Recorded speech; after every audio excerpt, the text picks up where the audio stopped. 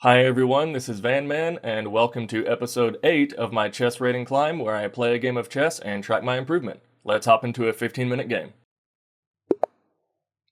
Okay, so we got the white pieces. We'll start with e4.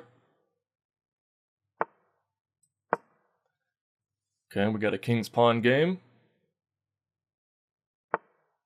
Okay. And against this knight move, we go into the Scotch. And if they take, we'll play the Scotch gambit.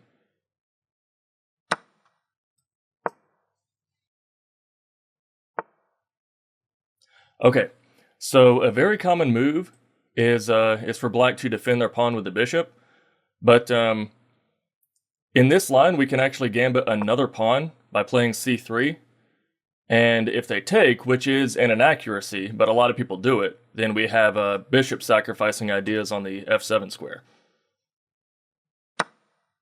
Okay, so he does take, and that is an inaccuracy. I've had this line hundreds of times with the Scotch Gambit. So if they take here, then we do go ahead and sacrifice our bishop, and then when they take with the king, we have this fork with the queen.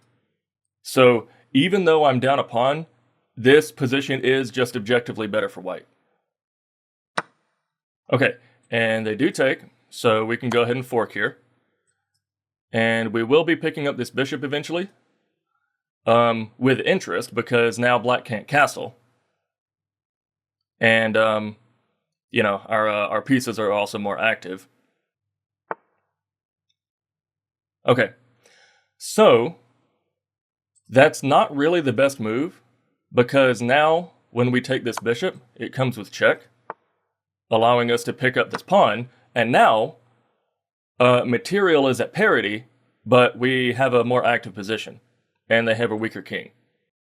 So now the next step is just to castle, get our king to safety, and then continue developing the rest of our pieces. Okay, so let's see. I don't see any reason that I wouldn't castle here, just to get our rook into the game. And then later, we might fianchetto this bishop, create the battery, line up on the weak g-pawn, develop our knight, and we're cooking. Okay, so black is attacking the weak pawn. I could slide my rook over to protect the pawn. That actually looks really good. Let me slide the rook over, protect the pawn, because I want to bring the rook to the semi-open file anyway. So it makes sense to slide the rook over and protect that pawn when, that's something that I already wanted to do regardless. Okay, I'll be honest, I have no idea what purpose that move serves. None. I mean, that has to be an inaccuracy because he's moved the same piece twice in the opening. He's not developing his pieces. He's not threatening anything. Like, my h-pawn is protected by both my knight and my king. He's not targeting a weak pawn right now. He can't bring his queen over to attack this pawn because that square is controlled by the knight.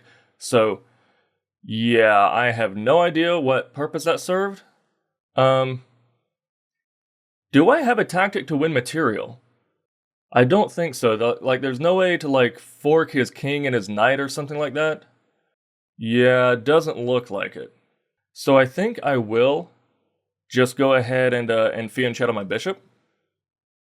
I could develop my bishop along this diagonal somewhere, but I prefer to create this battery with the queen. So I think it is worth losing a tempo, pushing this pawn, to create that battery along this diagonal. And also leave room for my knight to develop to d2. Okay, so he is offering a queen trade. Do I want to accept the queen trade? I could obviously just take it. I could develop my bishop to protect my queen, creating the battery, like I just mentioned. Taking back with the bishop. Let's see, what happens if I block with the pawn? That would just drop a pawn, right? Let's see, if I push the pawn, this pawn would be attacked 1, 2, 3, 4 times, and it would be defended 1, 2, 3 times. So that would just drop a pawn. Unless I have some sort of follow-up to win material afterward, right? Because, this knight is actually blocking this c-pawn. So is it possible that after that exchange, let's see. Okay, I push the pawn, He takes with his pawn, and then I have no follow-up captures. I do have a check that I could deliver with the with my queen, but then he just blocks and I've lost a pawn for no reason.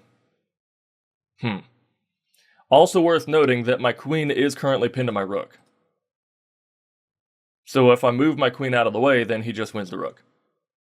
So yeah, in that case, I actually do think I need to develop my bishop to both protect my queen. Well, actually, my queen is also defended by my knight, but I would still like to form this battery.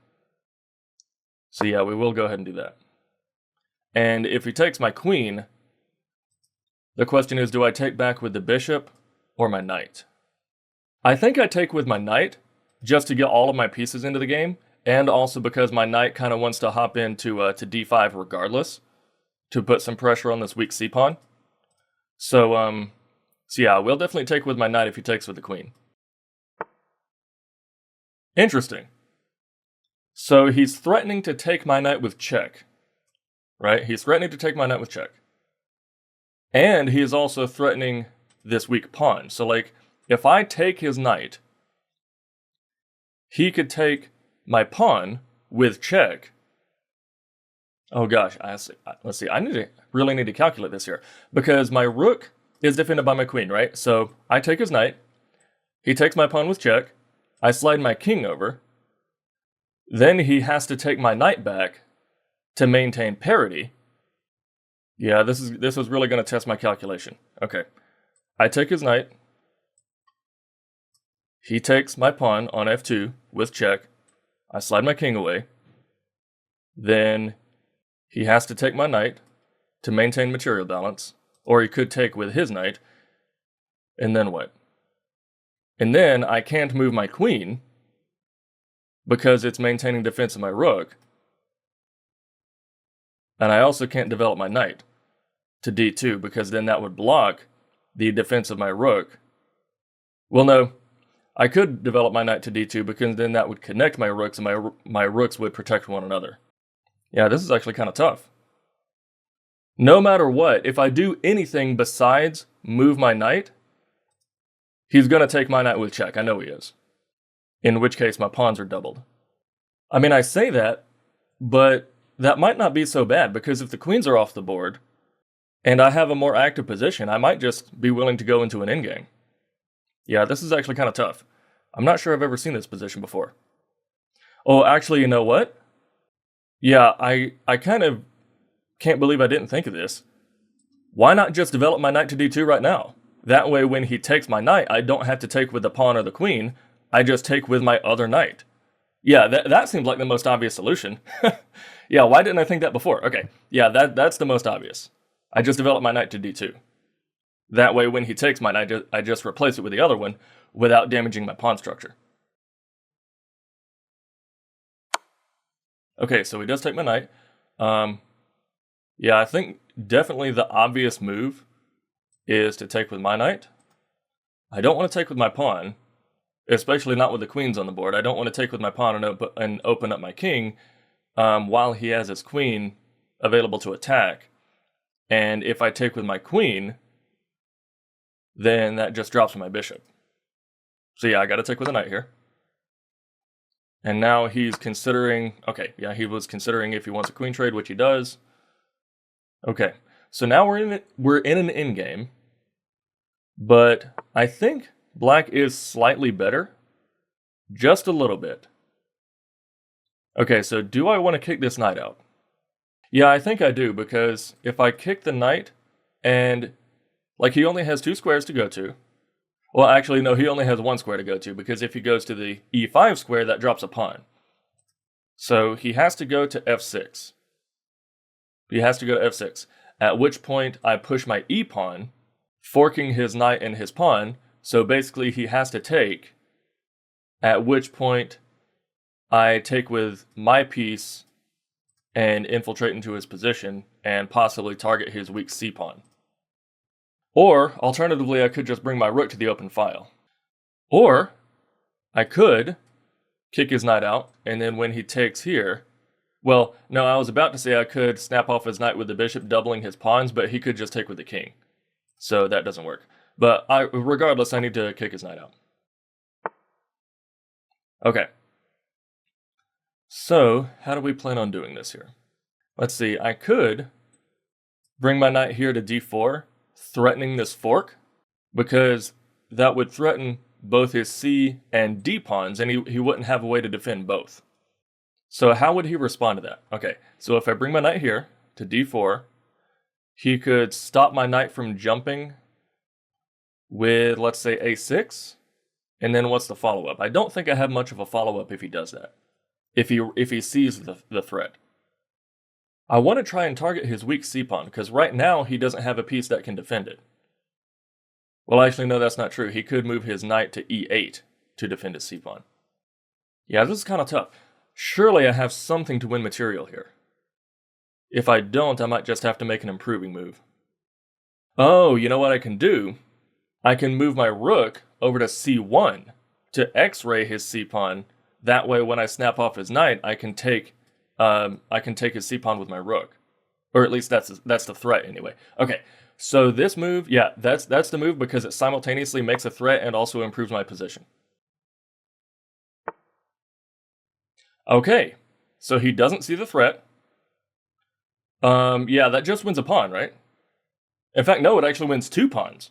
Because after I take his knight and he takes back... Well, no, never mind. I was about to make the same mistake that I just made a minute ago, where I say I take his knight, he takes back with the pawn, and then I use my rook. Excuse me. Okay, so take, and then I use my rook to both take his pawn and fork his king and b pawn.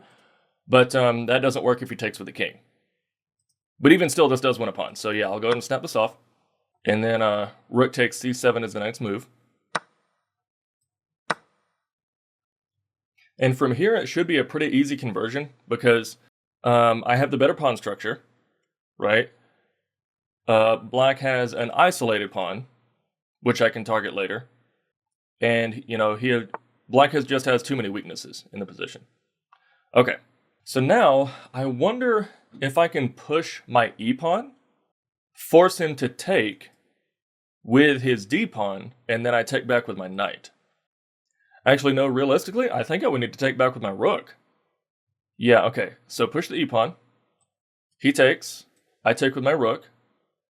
And then, maybe later, I would have ideas of pinning his bishop to his king with my rook and piling up pressure on the pin piece. Alternatively, I could threaten his bishop with my knight. That seems like kind of a vanity attack, though. Yeah, I think I do need to just push e5 right now, just to ensure that his d-pawn doesn't eventually become a pass pawn.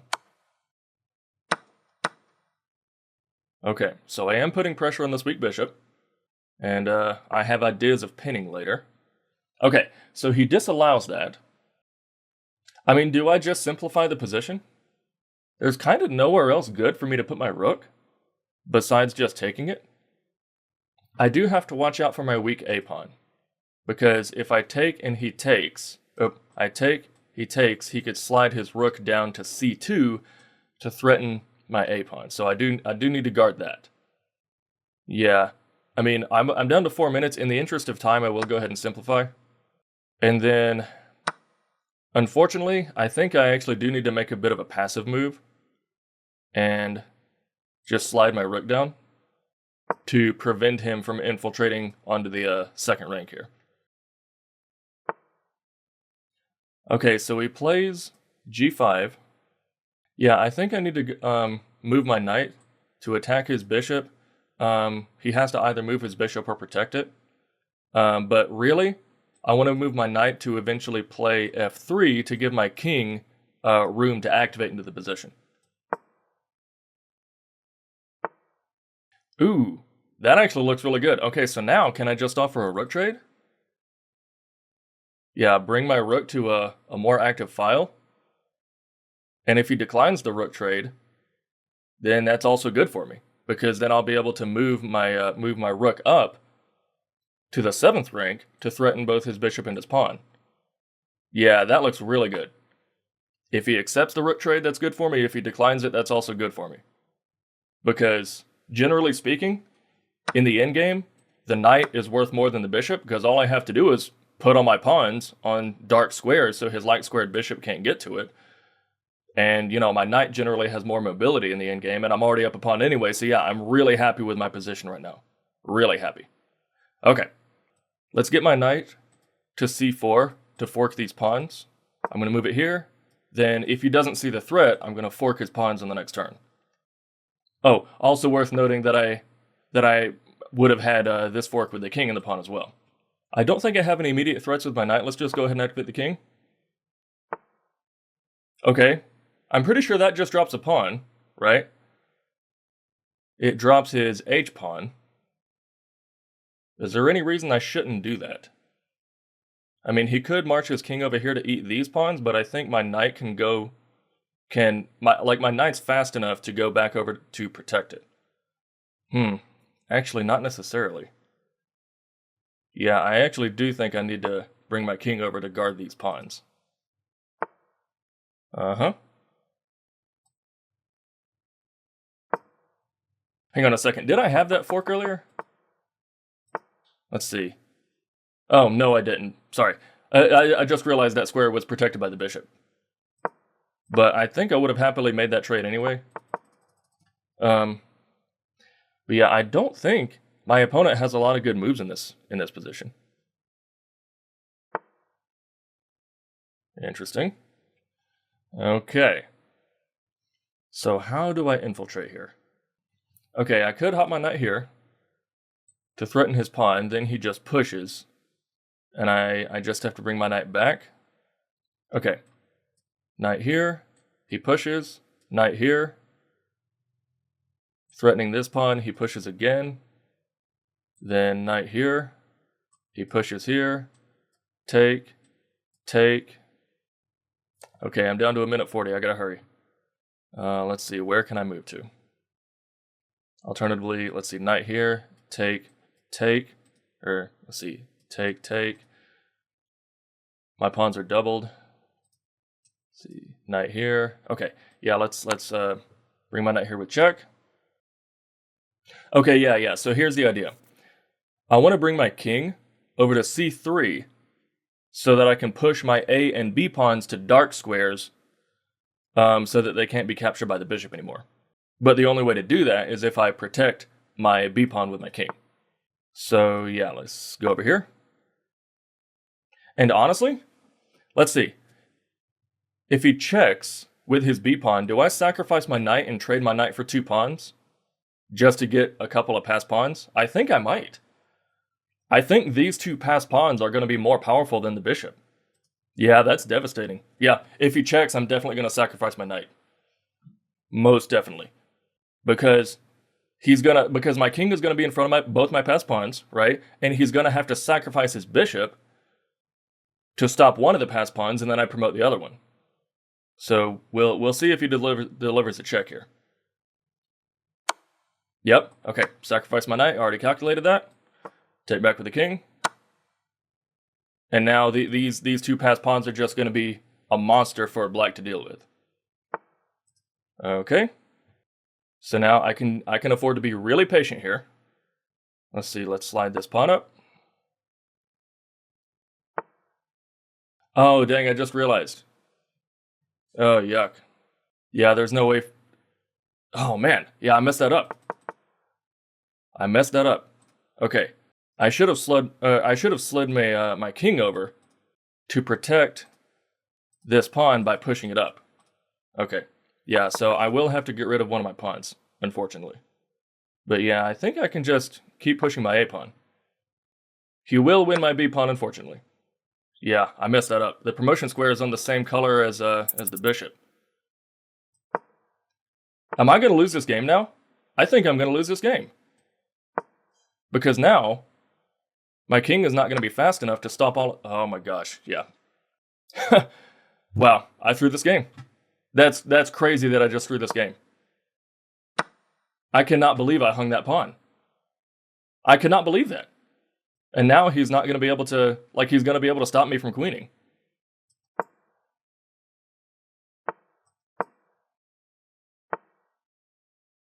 Wow. I cannot believe I just threw that.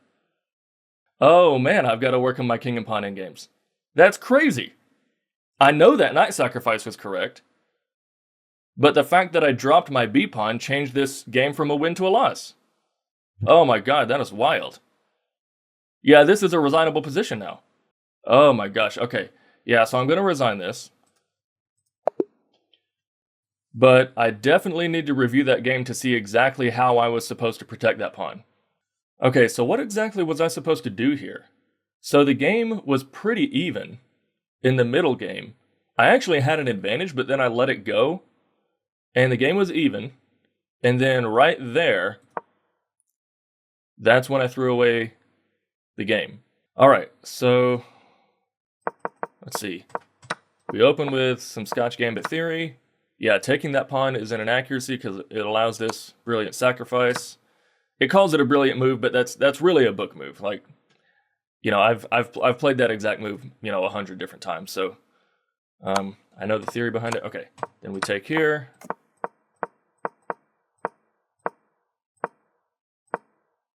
Okay, yeah, so I was deliberating on this move. So knight bd2 was best.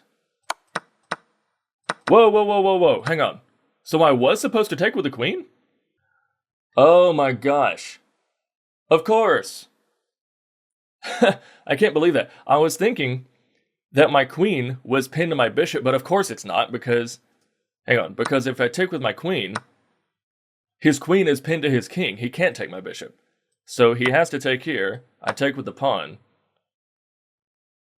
And then, no, I actually take with the knight.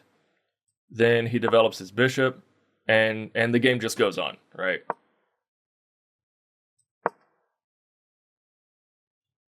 Bring the rook to the open file. Okay, yeah, so white's just very slightly advantaged here. Yeah, I can't believe I thought that my queen would have been pinned to my bishop. Because of course his queen couldn't take my bishop. Okay, well, that's not what happened. Okay, moving on. Okay, so white is still slightly advantaged here. Yep, and then that was the big mistake. That allowed me to win a pawn here.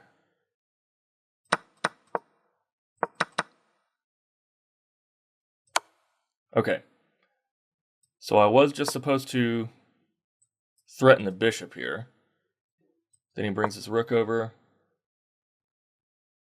I take. He takes. Oh, of course. Okay, yeah, that's why. That's why that was a miss. Okay, so the reason that was a miss, pushing this pawn up, is because if I threaten his bishop with my knight, his king is overloaded, right? That's why that was a miss, because on the next turn, let's say he brings his rook over. Once I take here, he takes back. I take this pawn, and now I've won 2 pawns for my trouble. Okay, fair enough. Okay, so I definitely see how that was a miss. And why was I supposed to take with the knight instead of the rook here? I guess just to centralize my position.